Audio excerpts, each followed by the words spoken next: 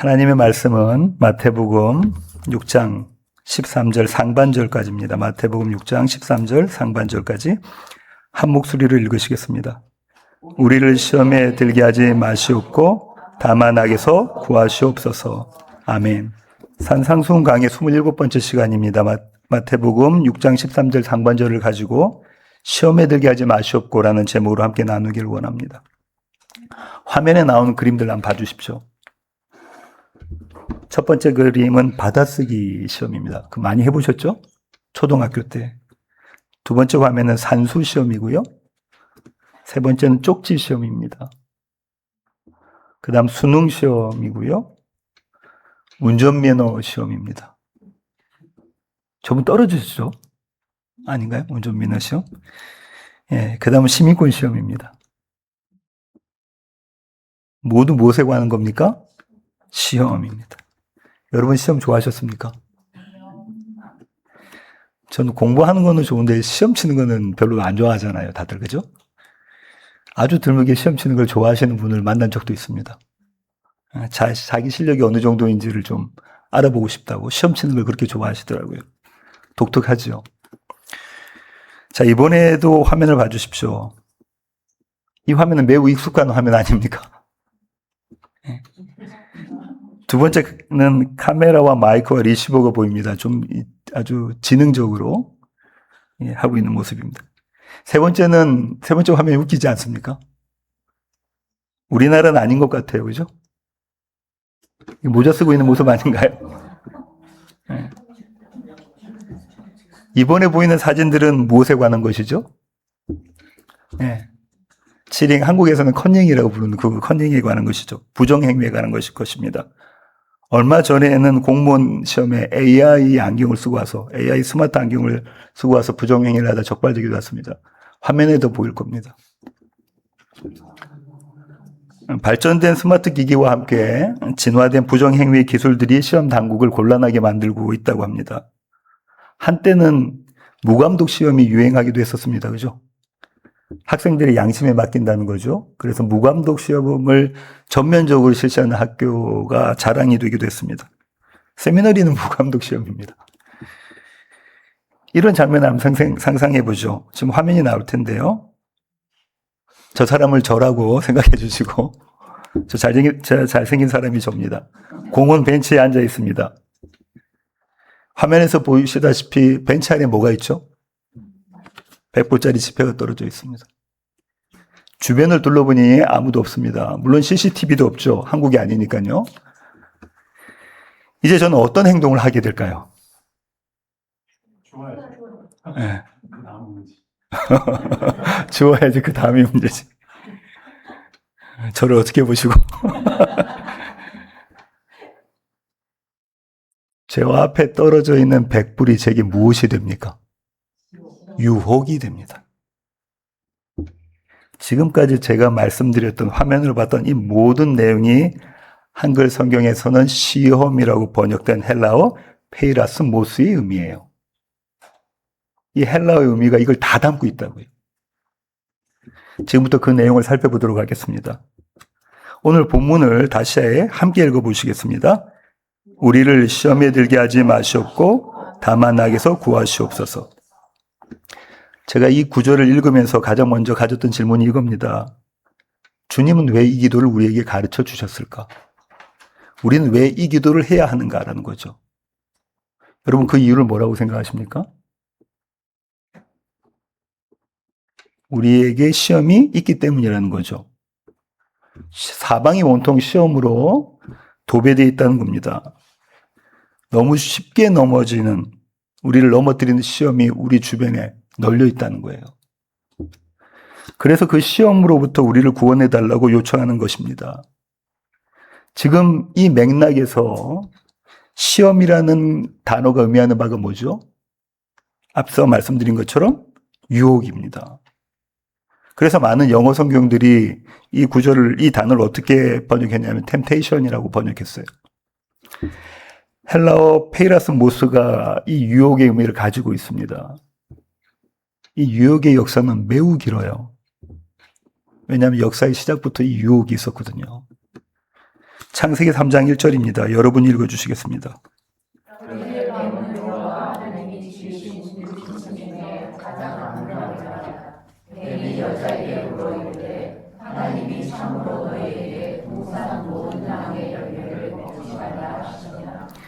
이 구절에서 중요한 단어가 간교하다라는 단어이죠. 간교하다. 이 단어는 히브리어 아룸인데요. 뜻이 이중적으로 있어요. 지금처럼 부정적으로 쓰일 때는 간교하다, 교활하다, 영악하다 이렇게 번역됩니다. 하지만 반대로 긍정적으로 쓰일 때는요. 슬기롭다, 지혜롭다, 분별력 있다 이렇게 사용돼요.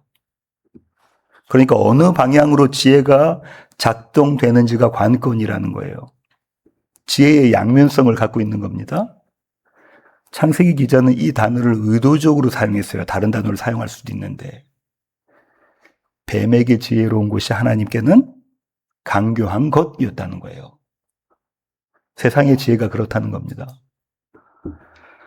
창세기 3장 1절을 다시 보시고요. 이 구절에서 뱀의 지혜, 다시 말하면 간교함이 나타난 부분이 어디입니까? 어디가 뱀이 지혜를 발동한 거죠? 모든 나무의 열매를 먹지 말라 하시더냐. 하나님은 모든 나무의 열매를 먹어도 된다고 하셨죠. 그러나 단 하나, 선악을 알게 하는 나무의 열매만 먹지 말라고 하셨어요. 뱀은 하나님의 말씀을 정반대로 부풀린 겁니다. 모든 나무의 열매를 먹지 말라고 하셨냐. 이것이 유혹의 첫걸음이었습니다. 이 유혹에 하와가 걸려듭니다. 이렇게 대답하죠. 창세기 3장 2절부터 3절 저와 여러분이 교독하시겠습니다. 여자가 뱀에게 말하되 동산 나무의 열매를 우리가 먹을 수 있으나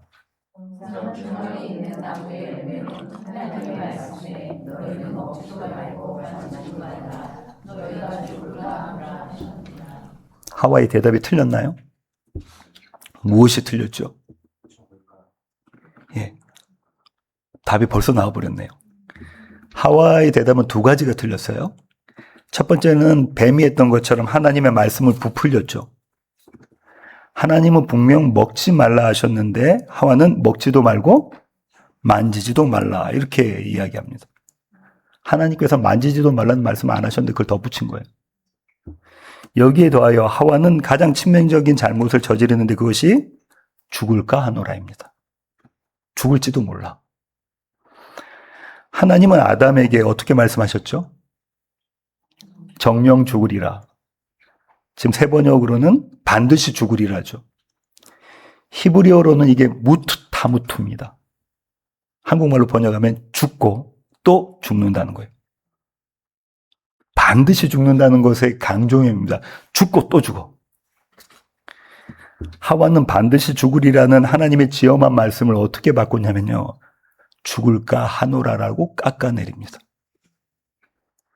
정령 죽으리라는 건 너 죽을지도 몰라라고 하나님께서 주의를 주신 게 아니에요. 뭐죠? 약속입니다. 너 먹으면 반드시 죽어. 약속하신 거라고요. 그런데 하와는 이걸 죽을 수도 있겠지라고 희석히 시켜버립니다. 그러자 뱀이 이때다 싶어 유혹의 올가미를 더 확실히 잡아당기죠. 창세기 3장 4절입니다. 뱀이 여자에게 이르되 너희가 결코 죽지 아니하리라. 하나님의 반드시 죽으리라가 하와의 죽을까 하노라로 희석되고 다시 뱀의 결코 죽지 아니하리라로 바뀝니다. 하와의 말을 딱 빼면요. 두 가지를 한번 보세요. 반드시 죽으리라가 결코 죽지 아니하리라로 정반대로 바뀐 거예요. 그리고 이어서 세상에 말하는 지혜가 선포됩니다. 창세기 3장 5절 여러분이 읽어주시겠습니다.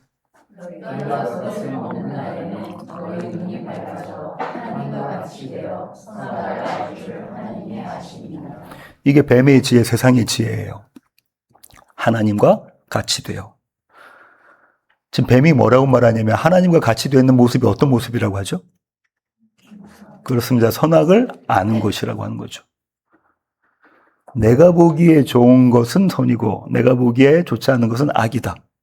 그 기준은 나에게 있다. 내가 하나님이다라는 겁니다. 이것은 하나님의 자리를 찬탈하는 반역이죠.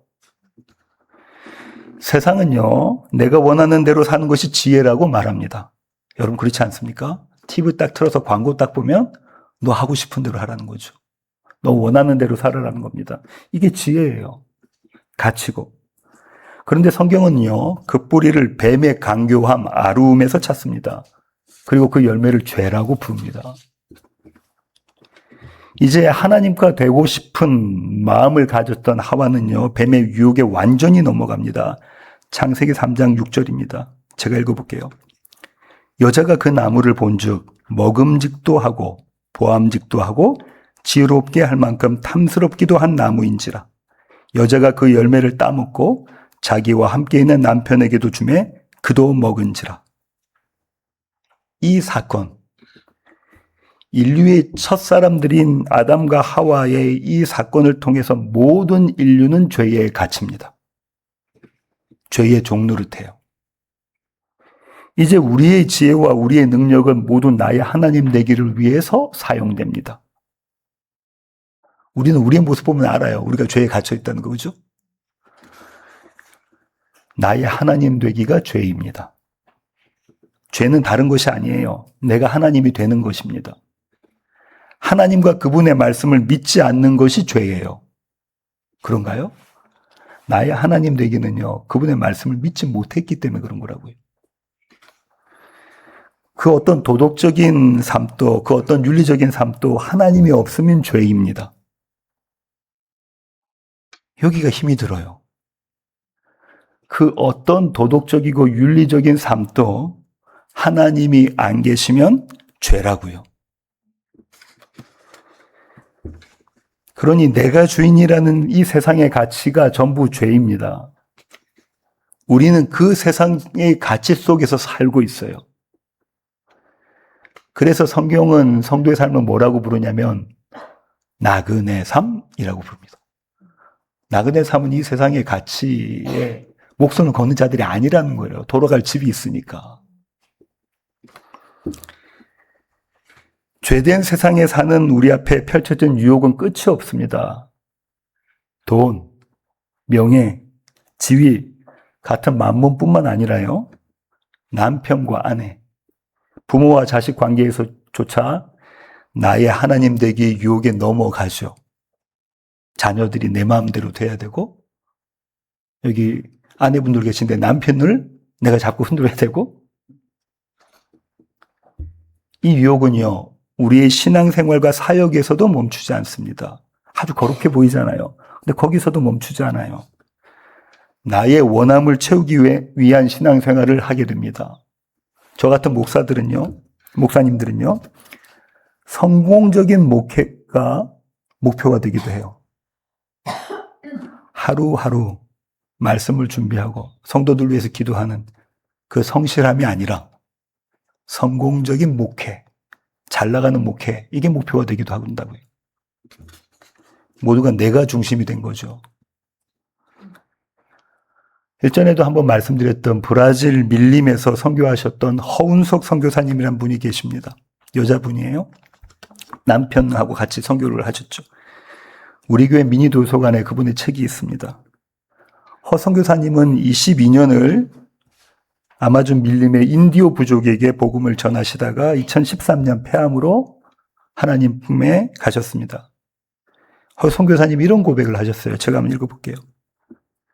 나는 아마존 선교지에서 그토록 열심히 사역했지만 그 열심조차 나의 나됨을 위한 것이었음을 하나님이 드러내 주셨습니다. 목숨을 바쳐서 아무도 가기 싫어하는 그 아마존에서 복음 전한다고 사역했는데 그것이 나의 나됨을 위한 열심이었다는 걸 하나님이 고발하셨습니다. 폭로하셨습니다. 내가 가짜라는 것을 들통내 주셔서 감사합니다.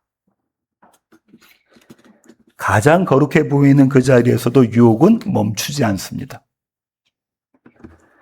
그러니까 주님께서 가르쳐 주신 이 기도는 나의 하나님 되기로 이끄는 유혹으로부터 우리를 건져달라는 기도예요. 그래서 다음 구절이 이렇게 이어집니다. 다만 악에서 구하시옵소서. 우리를 시험에 들게 하지 말아달라는 이 요청과 악에서 구해달라는 이 요청은 같은 의미거든요. 서로를 설명해주는 방식입니다. 이것이 헬라어 페이라스모스가 갖고 있는 시험, 즉 유혹의 의미입니다. 그러나 페이라스모스는 이 의미만 갖고 있는 게 아니에요. 동시에 시험, 영어로는 테스트의 의미도 갖고 있습니다. 우리말로 말하면 연단이라는 표현이 가장 적합할 것 같아요. 이 연단으로서의 시험에 대해서 성경은 이렇게 말합니다. 신명기 8장 2절부터 3절, 저와 여러분이 한 절씩 교독하시겠습니다. 내 하나님 여호와께서 이 40년 동안에 내게 광야 길을 걷게 하신 것을 기억하라. 이는 너를 낮추시며 너를 시험하사 내 마음이 어떠한지 그 명령을 지키는지 지키지 않는지 알려 하심이라. 너를 낮추시며 너를 지키게 하시며 또 너도 알지 못하며 내 조상들도 알지 못하던 만나를 내게 먹이신 것은 사람의 덕으로만 사는 것이 아니요 여호와의 이름으로 사는 물고기만으로 사는 줄을 내가 알게 하려 하십니다. 신명기 기자는 하나님께서 이스라엘을 시험하신 이유가 무엇이라고 하죠? 여호와의 말씀으로 사는 줄을 알게 하려고. 여호와의 말씀으로 사는 줄을 알게 하려고. 이것 때문에 이스라엘 시험하셨다고 신명기 기자가 이야기합니다. 여기가 은혜예요. 첫사람들은 하나님의 말씀으로 사는 것에 실패했습니다. 그분의 말씀을 믿지 않았어요.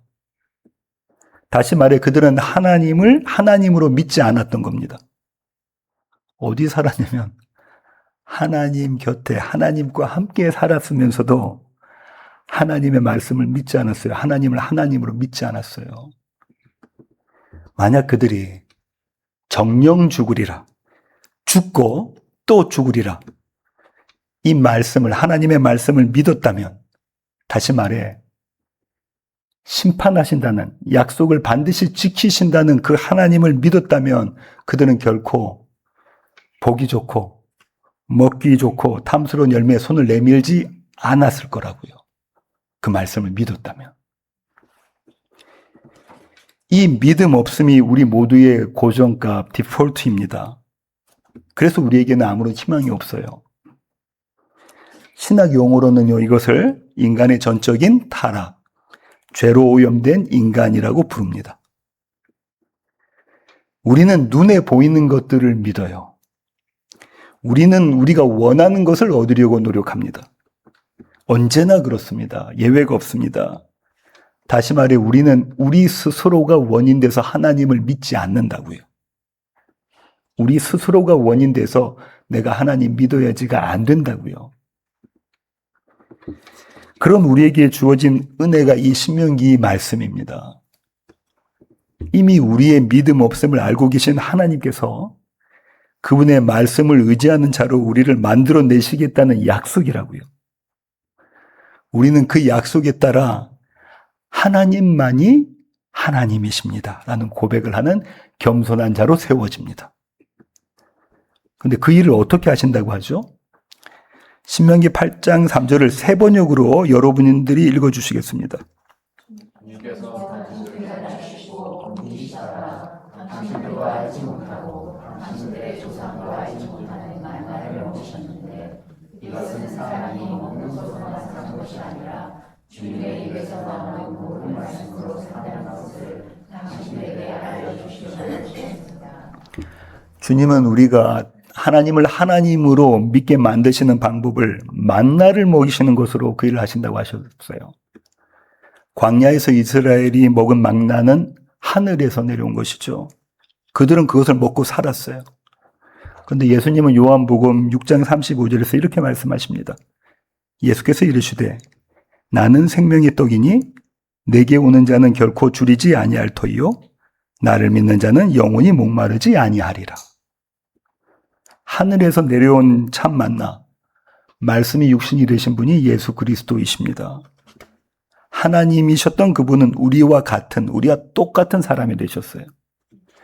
그리고 첫사람들이 섰던 바로 그 유혹의 자리에 서십니다. 주님께서 받으신 시험을 마태는 이렇게 기록합니다. 마태복음 2장 2절부터 4절입니다. 4장 2절부터 4절 한 절씩 교독하시겠습니다. 40일을 밤낮으로 금식하신 후에 줄이신지라. 시험하는 자가 내게 나와서이르되 내가 만일 하나님의 아들이거든 명하여 이 돌들로 떡덩이가 되게 하라. 함께 읽으시겠습니다. 예수께서 대답하여 이르시되 기록되었으되 사람이 떡으로만 살 것이 아니요 하나님의 입으로부터 나오는 모든 말씀으로 살 것이라 하였느니라 하시니. 신명기 말씀을 예수님이 인용해 오시죠. 이미 예수님은요, 이 대목에서 사탄의 모든 유혹을 이기셨어요. 주님의 대답이 그것을 말씀해 주십니다. 뭐라고 대답하시냐면 하나님의 입으로부터 나오는 모든 말씀으로 살리라. 꽝꽝꽝 하고 의사봉을 치시는 겁니다. 끝났어. 하나님의 입으로부터 나오는 모든 말씀으로 산다. 이걸로 끝나버린 거예요. 그리고 나머지 두 번의 유혹을 모두 말씀으로 물리치십니다. 성도의 정체성이 여기 있습니다. 성도는요, 말씀으로 사는 자들입니다. 아멘이십니까? 성도는 하나님의 말씀으로 사는 자들이에요. 다시 2절을 보시면 이렇게 시작합니다. 40일을 밤낮으로 금식하신 후에. 제가 어렸을 때 기도원에 가면 오산리 기도원하고 한월산 기도원 많잖아요. 그 기도원에 가면 40일 금식 기도를 하신 분들이 꽤 있었습니다. 이런 분들에게 40일 금식은 내가 원하는 것을 얻는 수단이었어요.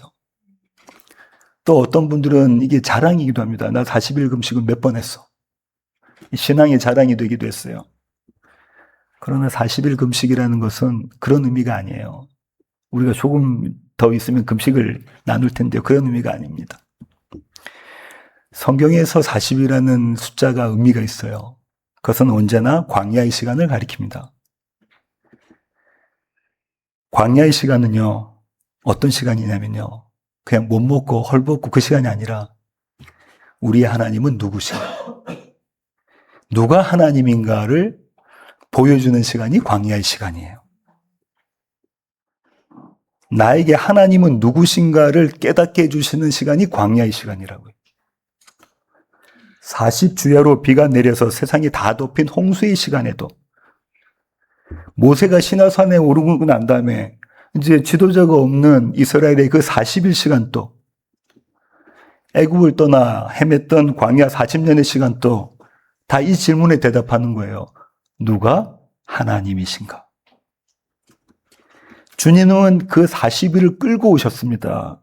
그리고 저와 여러분의 인생을 당신의 어깨에 짊어지고 지금 광야로 나가신 거예요.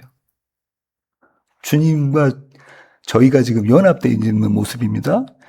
주님이 그 40일을 끌고 오셔가지고 우리의 인생을 짊어지고 지금 광야로 나가셔서 시험을 받으신 거라고요. 이 사건의 시작이 이렇습니다. 마태복음 4장 1절입니다. 제가 읽겠습니다. 그때 예수께서 성령에게 이끌리어 마귀에게 시험을 받으러 광야로 가서. 여기서 우리의 시선에 걸리는 부분이 어디입니까? 주님을 광야로 이끄신 분이 누구라고 하죠? 성령. 성령 하나님이 주님을 광야로 이끄셨다고 합니다. 그리고 그 이끄심의 목적이 뭐라고 하죠? 마귀에게 시험을 받으러 라고 기록하고 있습니다. 우리 모두는 시험 받고 싶지 않잖아요. 근데 성령은 지금 예수님을 시험 받는 자리로 내모신 거라고요. 예수님이 시험이 필요하셨나요? 시험 받으실 필요가 없으신 분이 시험을 받으십니다. 왜죠? 주님이 지금 우리 삶을 짊어지고 계시다니까요. 저와 여러분의 삶을, 오늘의 삶을 짊어지고 계신 거예요. 그래서 시험 받으시는 겁니다. 주님은 지금 광야에서 우리의 시험을 당하고 계신 거라고요. 마귀에게 시험을 받으러라는 말은요, 마귀가 주님을 시험해서 합격, 불합격 이렇게 합법 판정을 해준다는 얘기가 아니에요. 마귀에게는 그런 권한이 없어요. 마귀는 뭐 하죠? 넘어지도록 유혹하는 겁니다. 주님은 그 유혹을 말씀으로 이기셨습니다. 여기서 사용된 단어도 앞서 말씀드렸던 페이라스모스의 동사형, 페이라스모스는 명사형이거든요. 그것의 동사형인 페이라조예요. 그러니까 지금 이 페이라조는 이 동사가, 그리고 이 명사가 유혹과 시험을 넘나들고 있는 모습입니다. 그죠? 한번 생각해 보십시오. 주님께서 받으신 시험이 이것으로 끝났을까요? 침례 받으시고 40일 금식하시고 그리고 마게트 3번 시험 받으셨어요. 이걸로 끝일까요? 아닙니다. 그렇지 않습니다. 주님은 당신의 이 땅에서 마지막 시간이었던 십자가에 지셨을 때, 십자가에 달리셨을 때까지 시험 받으셨어요. 마태복음 27장 40절부터 42절입니다. 한 절씩 교독하실게요. 이르되 성전을 헐고 사흘에 짓는 자여, 내가 만일 하나님의 아들이거든 자기를 구원하고 십자가에서 내려오라 하며.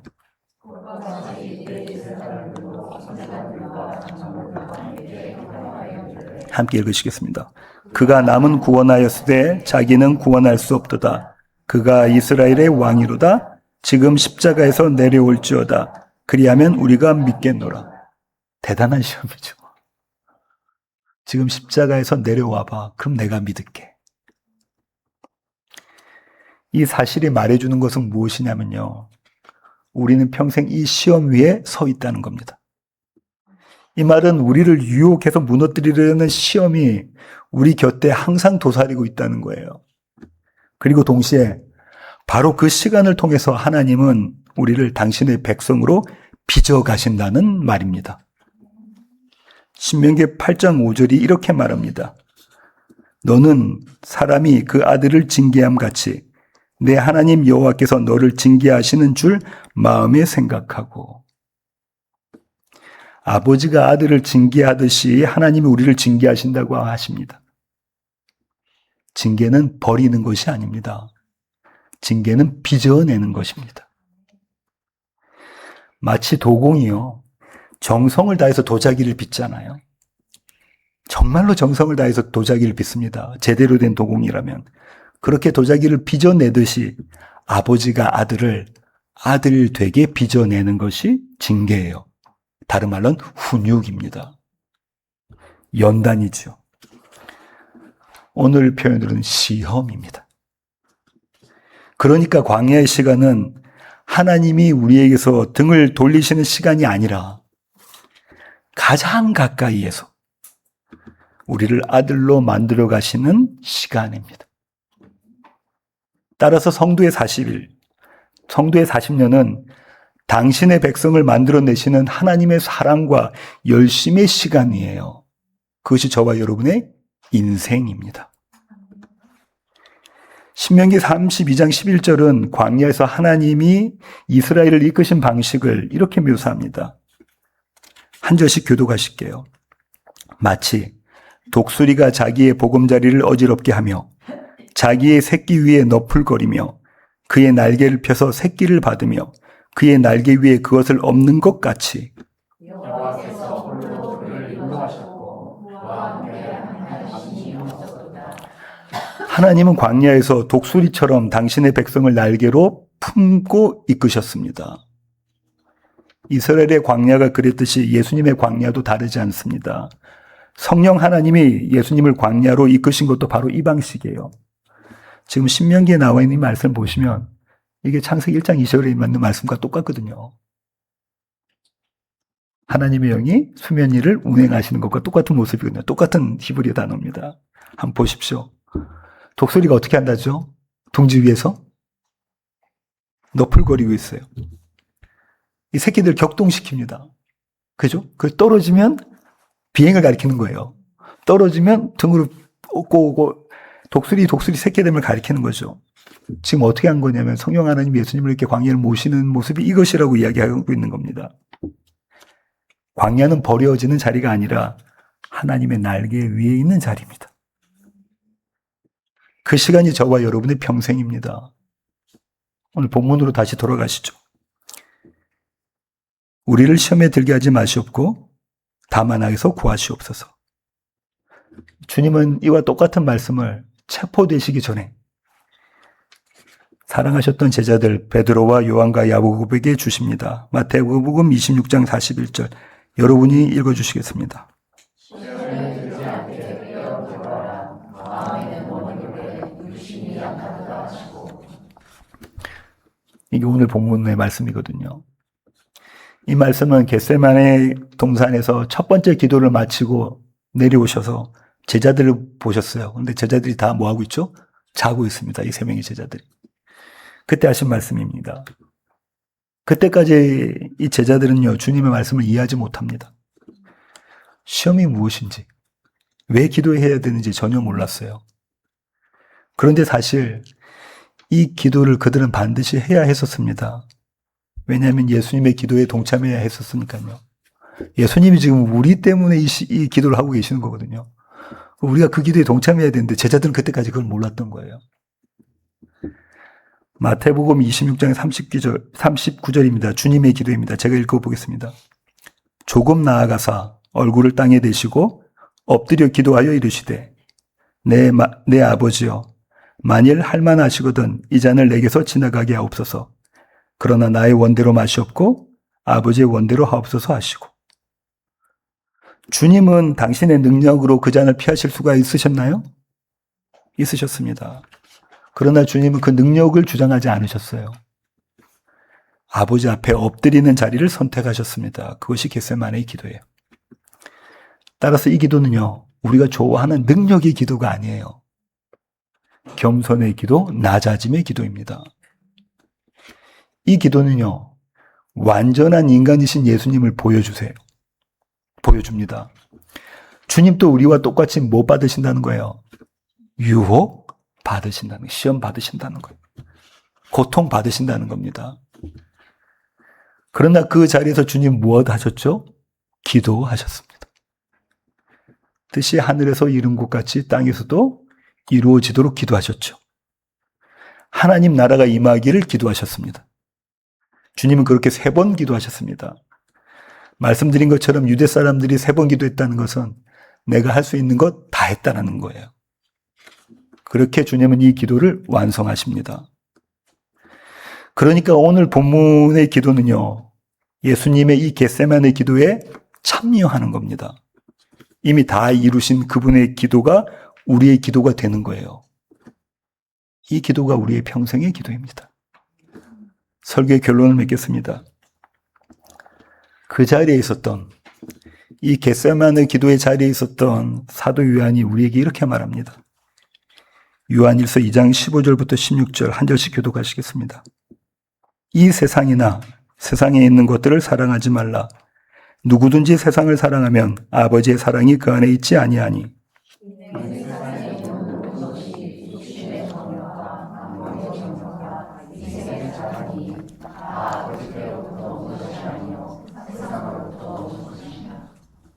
지금 보여주시죠.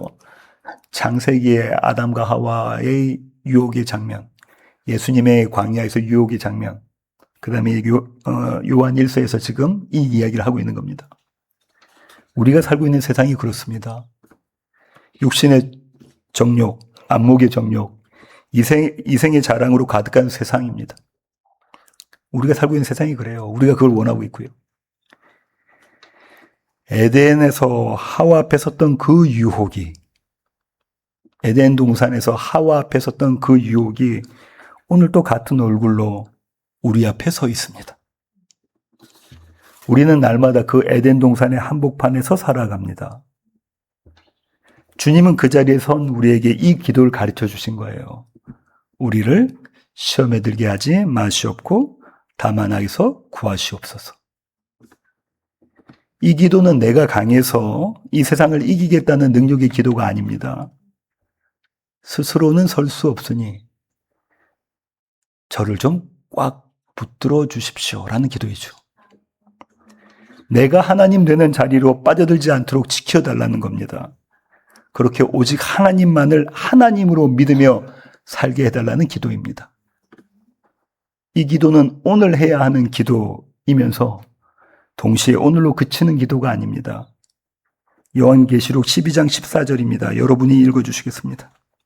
여자가 큰 독수리의 큰 날개를 받아 광야 자기 곳으로 날아가 거기서 그 배에 낯을 빼어 한때와 두 때와 반때를 양육하네. 교회는 그 끝날까지 광야에 서 있습니다. 한때, 두때, 반때가 지금 이 교회 시대 우리의 삶을 말하고 있거든요. 그리고 광야에서 하나님이 큰 독수리의 두 날개로 교회를 양육하십니다. 앞서 읽었던 신명기 32장 11절에 그 하나님이 그 독수리가 되신 거예요. 버려진 광야가 아니라 독수리 날개에 품어지는 광야. 그것이 저와 여러분이 서 있는 자리, 오늘 우리 인생입니다. 그러니까 오늘 이 자리에 있는 저와 여러분은 세상에 붙잡힌 바 된 자들이 아니에요. 세상에 살고 있지만 세상에 붙들린 바 된 자가 아니라 누구에게 붙들렸다고요? 하나님께. 우리는 광야에서 양육받는 하나님의 백성입니다. 그 하나님의 백성들은 그의 평생에 이 기도를 드립니다. 우리를 시험에 들게 하지 마시옵고 다만 악에서 구하시옵소서. 그리고 이 기도를 드리는 자의 한결같은 확신을 사도 요한은 이렇게 고백합니다. 요한일서 2장 17절을 함께 읽으심으로 설교를 마치겠습니다. 이 세상도 그 정욕도 지나가되 오직 하나님의 뜻을 행하는 자는 영원히 거하느니라. 아멘. 이 세상도 그 정욕도 다 지나가되 하나님의 뜻을 행하는 저와 여러분은 영원하리라. 이 말씀으로 살아가는 우리 낮은 울타리교회 모든 교회 가족 되기를 원합니다. 기도하시겠습니다. 주님, 그렇습니다. 하나님, 이 땅에서 삶은 시험의 연속입니다. 눈에 보이는 것, 그것을 선하다고 여기며 그것에 손내미는 시험의 연속입니다. 하지만 하나님은 이런 우리를 그대로 내버려 두지 않으시고 독수리가 새끼를 품어 광야를 나르는 것처럼 우리를 그렇게 붙들어 주십니다. 우리가 오직 하나님의 말씀으로 살아갈 수 있도록 우리와 함께 하십니다. 하나님, 이것이 은혜입니다. 하나님, 우리가 교회로 모여서 하나님의 말씀으로 사는 것이 무엇인지를 경험하게 하시고 그것을 간증하게 하시고 그것을 나누게 하시며 그것으로 위로하고 격려하는 우리 모든 공동체가 될 수 있도록 하나님, 우리 한 사람 한 사람을 붙잡아 주시옵소서. 귀하신 예수님의 이름으로 기도합니다. 아멘.